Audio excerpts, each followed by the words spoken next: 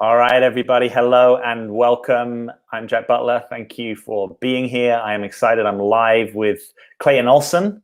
Clayton, many of you will know as a YouTube star. He's my teaching partner, and he's also co-host with me of the Becoming the One community.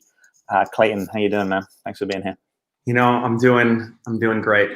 Yeah, Good. happy to be here this morning. Kind of within the last 24 hours, invited to come on your channel. How could I say no? Dude, you know, I've been trying to get on you for months. You know, you're packed busy, you just have to navigate your scheduling. Yeah, I'm excited to be here. I know I've only really got half an hour here this morning, so let's get into it a little bit. One of the comments that I often get, which I'm grateful to get on my YouTube channel, is sort of like, oh, this advice is real, you know, not like some of the advice out there on YouTube. Or thanks for telling us as it is. It's hard to hear, but we appreciate it. And there can be a perspective that, you know, there's a lot of noise on YouTube and there's a lot of stuff that's not perhaps quite so valuable. I also think there's a perspective that people are teaching and giving advice from different levels of consciousness or different ways of thinking about how they're trying to help people, right? I know one of the ways that you think about helping people comes from some of your experience in NLP. Yeah. And you talk about different levels of change. And you talk about something called identity level change. And I'm wondering if you could just start by sharing what is that and why do you care about it? Yeah. Well, identity level change is really the type of work that I do, and I would imagine that you do with your coaching clients. And I think it's the highest leverage point piece. It's the highest lever to be able to actually change, help someone change not only their behavior, but the way that they see the world, the way that they see themselves, the way that they see other people, the way that they see life. And the way that it was explained to me back in the day when I first got into NLP many, many years ago was just like if you were to imagine a pyramid, you would imagine the bottom of the pyramid, kind of this base level behavior or this base level environment. So shall I go into a little bit about how this might apply to like dating and relationships, just to kind of land it? Does that make sense? Yeah, maybe keep it on the succinct side, but yeah. Cool. Yeah. So if we were looking at like an environment, I mean, that might be hiring like a matchmaker in some ways. Like a matchmaker's helping you go out in the environment, find somebody, maybe help you understand like where to go if you're working with someone who's like helping you find a guy. Where would you go? What would the venue be? Maybe what would you write in your online profile? Stuff of that nature. Yeah. As we move up, these higher tactical in a sense. Very tactical. Yep. Yeah. And so we move into behavior, and behavior might be like, what do you write in your profile? What do you say? How do you navigate these very specific situations? As we move up the pyramid, though, we get into capabilities. So it's like the strategy. So what is your thinking? What kind of thoughts are you having around the behaviors? What kind of thoughts and assumptions are you making about yourself and the other person? And then as you move up, you get into beliefs, which is like, what kind of things do you believe about men? What kind of things do you believe about yourself? Because I can tell you, you can have the right environment, you can have the right behaviors, but if your beliefs are off kilter, if you have a belief that you don't deserve healthy love, if you have a belief that you're just going to get broken up with again, or that if someone gets really close to you, they're going to see that you're flawed and therefore you don't open up. It doesn't even matter around the environment, the behaviors. Right. You could have an awesome dating profile. You could have the best matchmaker in the world. And by the way, you're talking about beliefs, I think, from both a conscious and unconscious perspective, absolutely. Right? Because sometimes these beliefs are, you know, that's what a good coach does, is kind of help you see that you might be stuck in a belief structure that you're not even aware of. And most of the time too, people aren't even calling these beliefs. They think it actually is. Right. It's not even distinguished as a belief. It's actually just a knowing. It's like, oh yeah, no, like men lie, or I'm not worthy, or because of my childhood, or because of XYZ, this can't happen for me.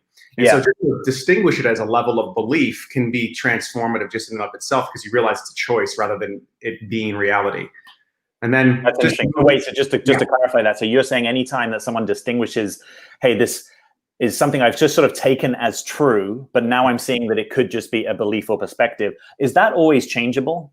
Like, is it possible I could see something like, oh, this is actually a belief I have. I know it's not helping me. I know it's not helping me to think that men are like this, or that all men are like this, or that I'm unworthy. are they all subject to change? Absolutely. Yeah, without a doubt. Without a doubt. I mean, we can even just look into Byron Katie's work to understand. If anybody that's watching this is familiar with Byron Katie, I mean, she's got a really powerful inquiry process that has you virtually question anything and be able to find evidence for the opposite. And so anything that we believe about men, anything we believe about ourselves, anything we believe about life can be changed once it's brought to conscious awareness. We just have to find other evidence for it. And it's part of the work that we do, is being able to dive into the past, dive into the current area where you're at right now, and be able to start to shift these things gracefully. Some are harder to shift than others. Some are definitely harder to dislodge than others. But I hold the assumption as a programmer, as a coach, that if we want to change them, we can. Yeah, totally. So just to say quickly, hi to, we've got lots of people here. Thank you all for being here. If you've just joined us, I'm live here with Clayton Olson, talking about how to change things that you want to change in your life. And I also want to say, if you haven't and want to think about it, Clayton and I are working together. We co-lead a community. It's called the Becoming the One Community, and we still have our $1 trial running. This is something we set up for COVID, and we've extended it. So it's just $1 to come and check this out. And Clayton, is there anything you want to say just about the community if anyone is thinking about giving it a try? And then we're back into this line of questioning. Yeah, I mean, if you were to, I just think that the program itself is incredibly transformative. It's our flagship program that Jack and I have developed over the course of the last few years. It was a few years in the making, and now it's been tested and proven over the last few years. I think we've got at least 700 women that have been through it. Tons of raving testimonials, a community of people that had joined it. Some of them had joined it 2 years ago, who are still very active in the Facebook community. So there's a beautiful thing about this program. You start to learn the language, you start to see yourself deeper, you start to see the world of dating and relationships on a deeper level, which gives you more power, gives you more freedom to be yourself. And then you've got the support of some great women, as well as us, in perpetuity. Yeah, right on. So let me ask you a question. So let's say I have the belief, based upon lived experience, of relationships being really hard, right? Maybe getting into them has been really hard, or maybe I feel like I've chosen badly, or maybe I thought something was happening and it wasn't what was happening. So maybe I have a belief, unconsciously or otherwise, that I'm not actually meant to be in a relationship. And the data and the data maybe is suggesting that to me. Like, I've tried this again and again and again and again. Like, at what point, if it was business, just kept trying, would you say, hey, I'm just not going to try to be in my own business? At what point would someone say, actually, just relationship isn't for me? I think that's subjective. I think that depends on the person's past. I think that depends on how much pain they've been through. And I know many people that throw in the towel on that and say, relationship's not my thing. So, depending on when that happens, I think there's a number of different variables in place that determine when that would happen.